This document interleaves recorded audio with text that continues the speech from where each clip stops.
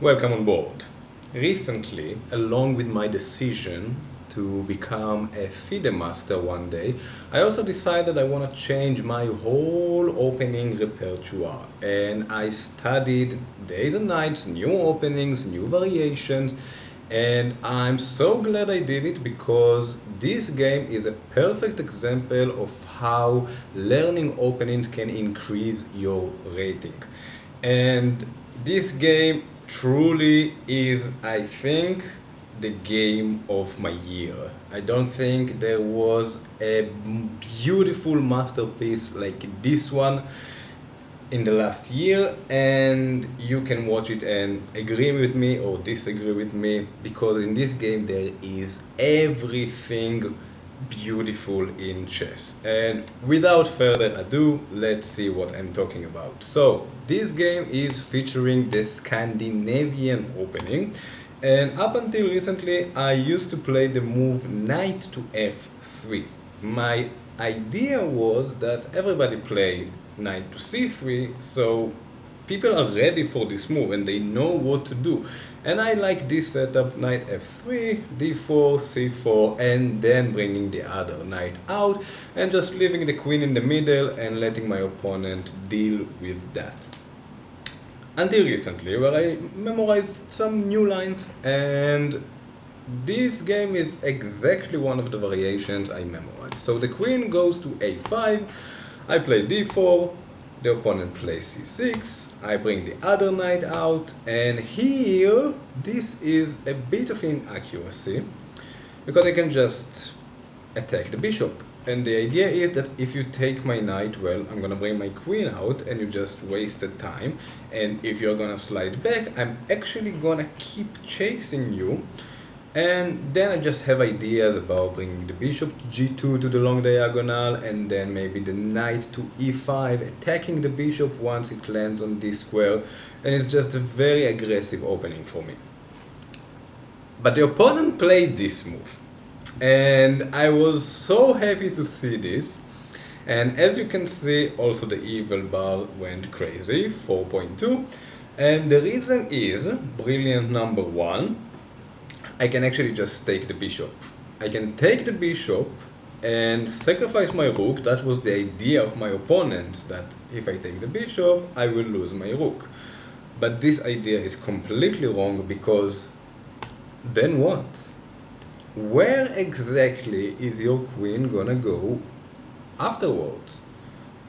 It has no squares of escape. Look at that. It's beautiful. And I wouldn't think about it if I didn't learn this new opening. And my next move is immediately try to chase the queen because it has nowhere to go. Now the computer wanted me to play knight to e4. Not really a big difference, but okay. And that's it. The queen is trapped.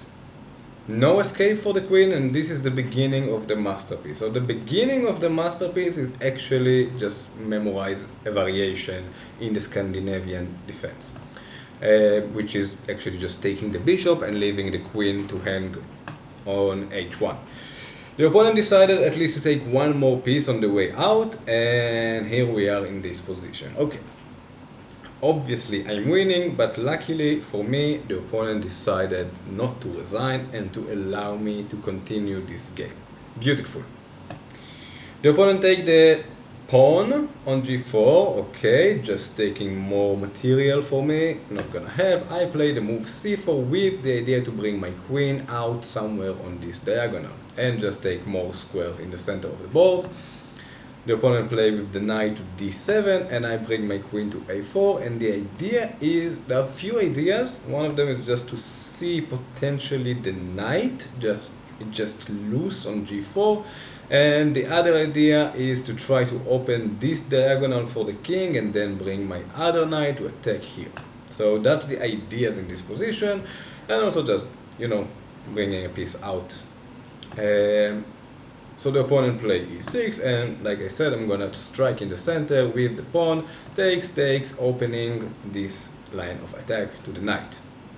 The opponent doesn't take the pawn, they move the knight, and okay, perfect. I take, take, and now I'm gonna see, now I'm gonna pin the knight to the king. So I take, attacking the rook, pinning the knight, and you know my development is just so easy.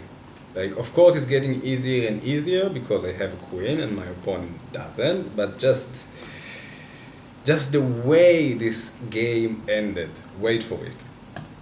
So the opponent defend the knight, potentially I'm gonna put some pressure on this knight with this move, and first I decided I wanna bring my other pieces to the game, and then maybe I will take the knight and maybe bring the knight here and maybe bring the rook, just make sure all of my pieces are joining the game. And here we go.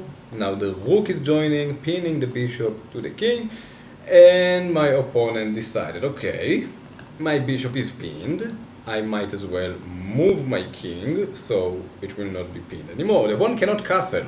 They cannot castle because I will just take the bishop, right? So they want to break the pin of the queen and knight and the rook and bishop by moving the king, because now I cannot take the bishop, right? Wrong! Of course I can take the bishop. Of course I can take the bishop, and what are you gonna do? You wanna take me? Because if you do, if you take me, this is mate in 6 moves. If you wanna pause and see if you can find it, go for it. Alright. Mate in 6, start with the move knight to f5. Check. Now, what is the idea? The idea is that if you try to escape me, I will give you a check. And if you come to e8, this is checkmate. Right? So, of course, you will not go to e8, you will go to g8. But then, some of you know what's coming. I am sure of it. Some of you know already what is coming. And yes, it came. Let's see it on the board. Knight to e7. Okay, check. But the king can just go back. So what is the idea? I come back here. Knight to g6. Double check from the knight and from the queen. And you might say, okay, so the king will just go back. And okay, I will just repeat the moves. Of course not. Here, brilliant move number 2. Queen f8, check. And in the game, the opponent took with the knight. And this is checkmate. Smother mate. The king is stuck on g8 between his own pieces. And what else could you ask for? So, just to say, if the rook takes, it's exactly the same pattern. Smother mate. The king is stuck between his own guards. And the reason I consider it a masterpiece and the game of the year is because there was 2 rook sacrifices, right? Rook sacrifice number 1. And then there was another rook sacrifice over here. Sacrifice the rook. I wish there was also a brilliant here. 3 brilliant in one game could be very nice. But no brilliant here. And then after 2 rook sacrifices, there was a queen sacrifice and a smother mate. What else could you ask for in one game? 25 moves, 2 rook sacrifices, 1 queen sacrifice, and a smother mate. Yeah, I'm very proud of this game. I really hope you enjoyed it, and I will keep sharing with you nice games, nice openings, ideas, and I will see you in the next video. Thank you for watching.